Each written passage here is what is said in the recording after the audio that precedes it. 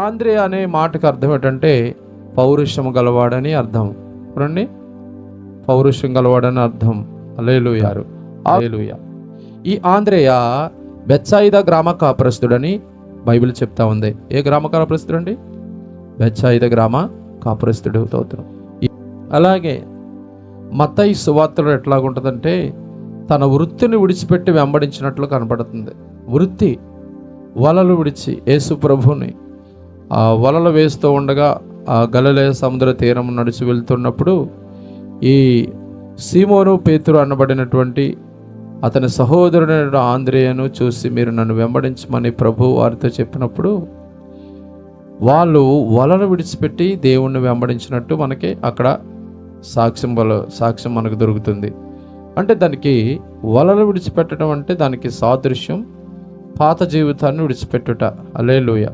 అంటే ఆంద్రేయ ఎప్పుడైతే యేసుక్రీస్తుని గురించి అతను చెప్పాడో వెంటనే తన పాత జీవితాన్ని విడిచిపెట్టాడు. సత్యం ఒకటి గమనించాలి మనం.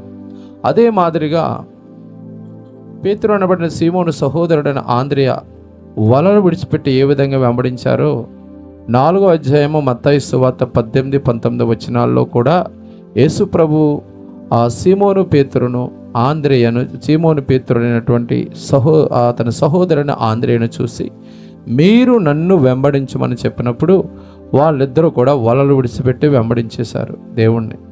అలాగే కొంత దూరం వెళ్ళిన తర్వాత జబదాయి కుమారులైనటువంటి యాకోబు అతని సహోదరుడైన యోహాన్ని కూడా మీరు నన్ను వెంబడించమని చెప్పినప్పుడు వాళ్ళిద్దరూ కూడా వారి యొక్క వలలను, దోణిలను, వారి తండ్రిని, వారి యొక్క పనివారి దగ్గర విడిచిపెట్టి యేసు ప్రభువుని వెంబడించారు. అయితే వీళ్ళ నలుగురిలో ఆంద్రేయ చాలా పౌరుషం గలటువంటి వ్యక్తి. హల్లెలూయా. ఆంద్రేయ కనబడ్డు మరుగై ఉన్నాడు అతను. హల్లెలూయా. కానీ దేవుని కొరకు పౌరుషంగా పనిచేసినటువంటి వ్యక్తి. అయితే యేసు ప్రభుని వెంబడించిన తొలినాటి దినము నుండి యేసు ప్రభు ఈ లోకం నుండి ఆరోహణమై వెళ్ళిపోయే వరకు కూడా ఆంద్రేయ మాత్రం యేసు ప్రభుని విడిచిపెట్టలేదు. హల్లెలూయా. ఆంద్రేయ మాత్రం యేసు ప్రభుని విడిచిపెట్టలేదు. చూడండి, మరి ఎప్పుడు కూడా వలలు పట్టుకున్నట్టు ఎక్కడ కనపడలేదు. వలలు పట్టుకుని తిరిగి వేటకెళ్ళడం అనేది ఆంద్రేయ ఇంకెప్పుడు కూడా పనిలోకి వెళ్ళలేదు. ఆ పాత జీవితాన్ని ఎప్పుడైతే విడిచిపెట్టాడో యేసు ప్రభు ఆరోహణమై వెళ్ళిపోయే వరకు కూడా ఆయనతోనే ఉన్నాడు. ఆయనతోనే ఉన్న తర్వాత పరిశుద్ధాత్మ చేత ముద్రించబడిన తర్వాత దేవుని కొరకు హతసాక్షిగా అయిపోయి తను ఈ లోకం నుంచి వెళ్ళిపోయాడు తప్ప ఇంకెక్కడ పాత జీవితాన్ని ఎప్పుడు కూడా దాన్ని వెనక్కి తిరిగి చూసినట్టు ఆంద్రేయ జీవితంలో ఎక్కడ కనపడలేదు. ఆంద్రేయ పౌరుషం గలవాడు. హల్లెలూయా. చూడండి, యేసు ప్రభు ఆరోహణమై వెళ్ళక ముందు సమాధి చేయబడి పునరుద్ధానుడైన తర్వాత యేసు ప్రభు మరి వీళ్ళకి ప్రత్యక్షం కాని సమయంలో ఏం చేశారంటే ఆ సీమోను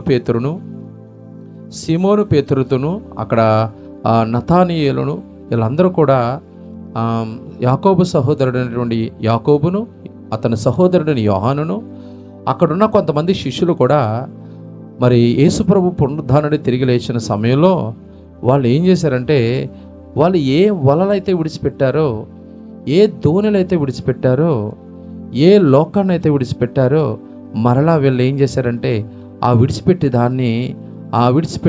పాత జీవితాన్ని, ఆ విడిచిపెట్టే లోకాన్ని వాళ్ళు మళ్ళీ అనుసరించినట్టు బైబిల్ చెప్తా ఉంది.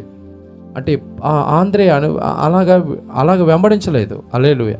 ఈ రోజున మనం కూడా ఒక్కసారి నువ్వు దేన్నైతే విడిచిపెట్టావో నీ జీవితంలో దాన్ని మళ్ళీ వెంబడించకూడదు. అలాగ ఉండాలంటే ఆంద్రేయ మనకు మాదిరిగా ఉన్నాడు. ఆంద్రేయ వలె పౌరుషం కలిగి బ్రతకాలి. విడిచిపెట్టారు. మనలో ఎంతమంది నేను విడిచిపెట్టే దాని ఇంకా వైపు నేను చూడలేదని ఎంతమంది చెప్పగలరు?